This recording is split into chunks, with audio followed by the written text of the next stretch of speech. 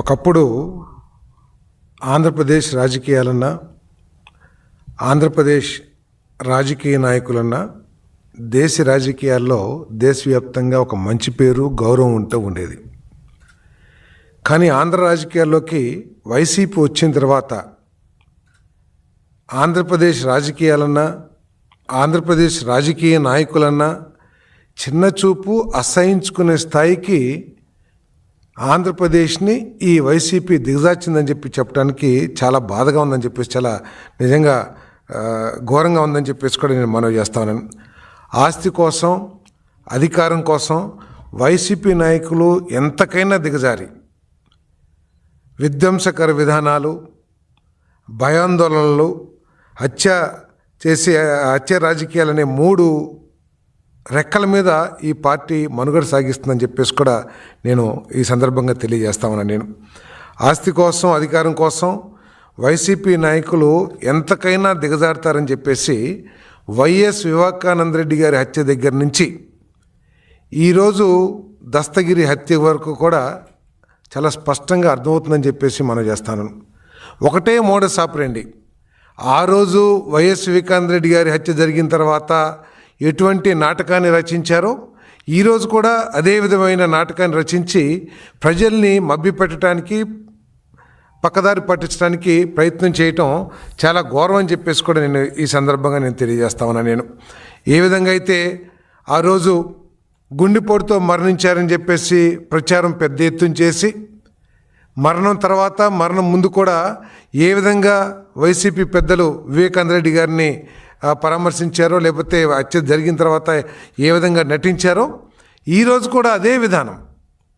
దస్తగిరి హత్య జరిగితే వీరికి తెలిసినట్లు, వీరికి సమాచారం ఉన్నట్లు, ఇదేదో గంజాయి బ్యాచ్ హత్యలాగా అని చెప్పేసి చిత్రీకరించడానికి ప్రయత్నం చేయటం, మరణించిన తర్వాత ఎవరైతే ప్రధాన నిందితులుగా పేర్కొనబడుతున్నారో ఇప్పుడు పత్రికల ద్వారా కానీ ప్రజల్లో కానీ, ఆ వ్యక్తులు వెళ్ళేసి మొసలి కన్నీరు కారుస్తారు ఆ శవం దగ్గర. ఇంతకంటే ఘోరమైన, నీచమైన రాజకీయాలు ఎక్కడైనా, ఏ రాష్ట్రంలోనైనా సరే ఉంటాయని చెప్పేసి నేను ప్రశ్నిస్తా ఉన్నాను. నేను ఎందుకంటే 2019 నుంచి 2024 వరకు అధికారాన్ని అడ్డుపెట్టుకుని వైసీపీ నేతలు ఏ విధంగా ఇటువంటి దస్తగిరి లాంటి వాళ్ళని అడ్డుపెట్టుకుని ఆస్తులు సంపాదించారో ఈరోజు దస్తగిరి ఇల్లు పోలీసులు రైడ్ చేసినప్పుడు అర్థమవుతుందని చెప్పేసి కూడా మనం చేస్తాను. నిజంగా అసలు వీళ్ళు రాజకీయ పార్టీగా ఉండటానికి అర్హత ఉందా లేదా అని చెప్పేసి ఎలక్షన్ కమిషన్ కూడా వీరి విధి విధానాలు, మోడస్ ఆపరెండి, వీరి మీద వస్తున్న కేసులు ఇవన్నీ కూడా పరిశీలించాల్సిన అవసరం కూడా ఉందని చెప్పేసి నేను మనవి చేస్తా ఉన్నాను. నేను ఎందుకంటే మర్డరు వీళ్ళే చేపిస్తారు, మళ్ళీ వారి పరామర్శ వీరే చేస్తారు, మళ్ళీ దానికి పోలీసుల్ని తప్పుదోవ పట్టించే విధంగా, లేకపోతే ప్రజల్ని తప్పుదోవ పట్టించే విధంగా దానికి కారణాలు కూడా వీరి పత్రిక ద్వారా, వీరి ఛానల్ ద్వారా ప్రయత్నం చేస్తారు. ఇంతకంటే ఘోరమైన దిగజారిన పత్రికలు కానీ, లేకపోతే రాజకీయ పార్టీలు కానీ ఉన్నాయని చెప్పేసి నేను ప్రశ్నిస్తా ఉన్నాను. నేను ఈరోజు దస్తగిరి ఇంట్లో నిన్నటి వరకు ప్రాథమిక సమాచారం ప్రకారం 100-150 కోట్ల రూపాయలు ఆస్తులకు సంబంధించిన డాక్యుమెంట్స్ లభించాయని చెప్పారు. కానీ ఈరోజు ఇంకా తూతుని కొద్దీ ఇంకా ఎంత దోచేశారో అర్థమవుతుందని చెప్పేసి మనం చేస్తున్నాం. ఈ రోజుకి దొరికిన డాక్యుమెంట్స్ కానివ్వండి, అగ్రిమెంట్లు కానివ్వండి, లేకపోతే ఇంకా రాసుకున్న కాగితాలు కానివ్వండి, అవన్నీ కూడా 500 కోట్ల వరకు ఉంటాయని చెప్పేసి ఈరోజు మరి అక్కడ ప్రజలందరూ కూడా చెప్పుకుంటున్నారంటే ఏ మేరకు దోపిడీ చేశారో ఒకసారి అర్థం చేసుకోవాలని చెప్పేసి నేను మనం చేస్తాను. ఈ దస్తగిరి అనే వ్యక్తి ఎవరు అసలు ప్రజలందరూ కూడా తెలియాల్సిన అవసరం ఉంది. ఈ దస్తగిరి అనే వ్యక్తి మన అవినాష్ రెడ్డి గారికి, ఎంపీ అవినాష్ రెడ్డి గారికి, అదేవిధంగా రవీంద్రనాథ్ రెడ్డి మాజీ ఎమ్మెల్యే గారికి అత్యంత సన్నిహితుడు అని చెప్పేసి కూడా ఈ సందర్భంగా నేను తెలియజేస్తా ఉన్నాను. అంతేకాదు తాడేపల్లి పెద్దలకు కూడా ఈయన చాలా సన్నిహితుడు. ఎందుకంటే వారితో ఉన్న ఫోటోలను చూస్తే ఎంత సన్నిహితులో అర్థమవుతుందని చెప్పేసి కూడా నేను మనవి చేస్తా ఉన్నాను. నేను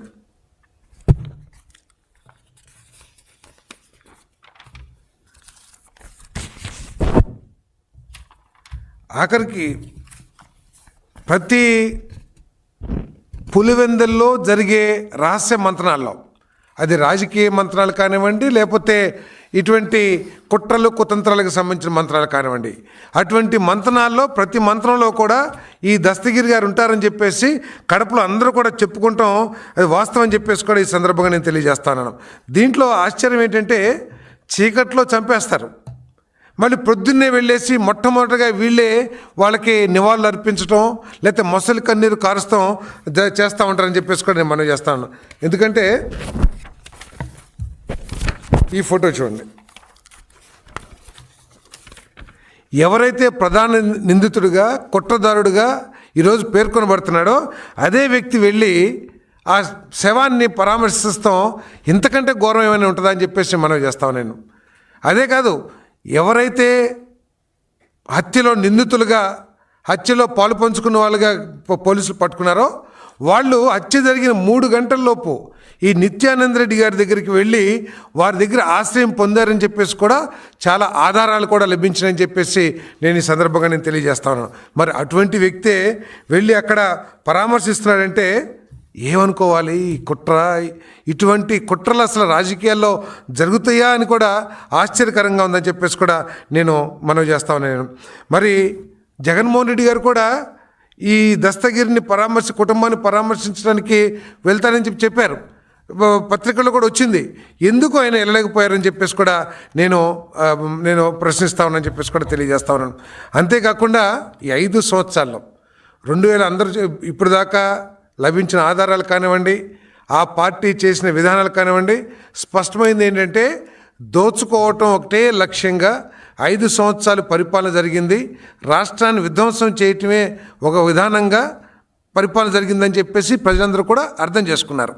5 సంవత్సరాల్లో దస్తగిరిని అడ్డు పెట్టుకొని ప్రజల్ని బెదిరించి కారు చౌకగా అమాయకుల్ని బెదిరించి వాళ్ళ దగ్గర నుంచి వాళ్ళని చిత్రహింసలు చేసి భూములన్నీ కూడా లాక్కున్న విషయం ఈరోజు అందరూ కూడా చెప్పుకుంటున్నారని చెప్పేసి తెలియజేస్తా ఉన్నాను. ఇది వాస్తవం కాదా చెప్పమని చెప్పేసి కూడా నేను అడుగుతా ఉన్నాను. నేను దస్తగిరి గారి ఇంట్లో దాదాపు 150-175 డాక్యుమెంట్స్ దొరికినాయి అంటే 5 సంవత్సరాల్లో వీళ్ళు చేసిన పరిపాలన ఏంటి, కడపలో చేసిన కార్యక్రమాలు ఏంటో కూడా స్పష్టంగా అర్థమవుతాయని చెప్పేసి కూడా నేను ఈ సందర్భంగా నేను తెలియజేస్తా ఉన్నాను నేను. మరి అంతేకాదు, ఈయన కడప జిల్లా గూడూరు దగ్గర జగన్మోహన్ రెడ్డి గారి మేనమామ రవీంద్రనాథ్ రెడ్డి గారికి ఒక బ్రహ్మాండమైన గృహాన్ని నిర్మించిన విషయం వాస్తవా కాదా? ఇప్పుడు కూడా గృహప్రవేశం జరగలేదు. అది వాస్తవా కాదా అని చెప్పేసి నేను ప్రశ్నిస్తా ఉన్నా. నేను దస్తగిరికి మాకు సంబంధం లేదని చెప్పేసి కడప వైసీపీ నాయకులు చెప్పే దమ్ముందా అని చెప్పేసి కూడా అడుగుతా ఉన్నాను ఆయనకి. అంతేకాకుండా రామాంజరెడ్డి పేరు మీద 30 దాకా డాక్యుమెంట్స్, ఎవరు రవీంద్రనాథ్ రెడ్డి గారి కుమారుడి పేరు మీద 30 డాక్యుమెంట్స్, రవీంద్రనాథ్ రెడ్డి సతీమణి గారు అరుణ్ కుమార్ గారి పేరు మీద మరికొన్ని డాక్యుమెంట్లు. వీళ్ళంతా ఎవరికి బినామీలు అని ప్రజలు ఆలోచించాల్సిన అవసరం ఉందని చెప్పేసి మనం చేస్తాను. ఏమిటి వీళ్ళకి సంబంధం ఏంటి? ఎందుకు దస్తగిరిని చంపాల్సి వచ్చింది? ఎందుకు నిత్యానంద రెడ్డి వైసీపీ నాయకుడు షెల్టర్ ఇవ్వాల్సిన అవసరం ఎందుకు వచ్చింది?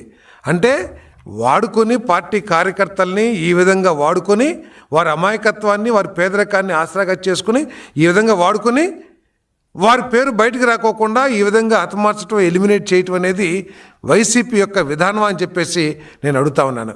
ఈరోజు వైసీపీ హత్య రాజకీయాలకు ఒక డెన్గా మారిందని చెప్పేసి కూడా నేను మనవి చేస్తా ఉన్నాను. నేను అసలు ఈ 5 సంవత్సరాల్లో వైసీపీ చేసిన పాపాలు తలుచుకుంటే నిజంగా వాళ్ళు ఈ రాష్ట్ర ప్రజలు వారిని క్షమించవచ్చా? భవిష్యత్తులో ఎప్పుడైనా సరే అసలు దీన్ని ఒక రాజకీయ పార్టీగా గుర్తించవచ్చా అని చెప్పేసి ప్రజలు ఆలోచించుకోవాల్సిన పరిస్థితి కూడా ఉందని చెప్పేసి నేను ఈ సందర్భంగా తెలియజేస్తాను.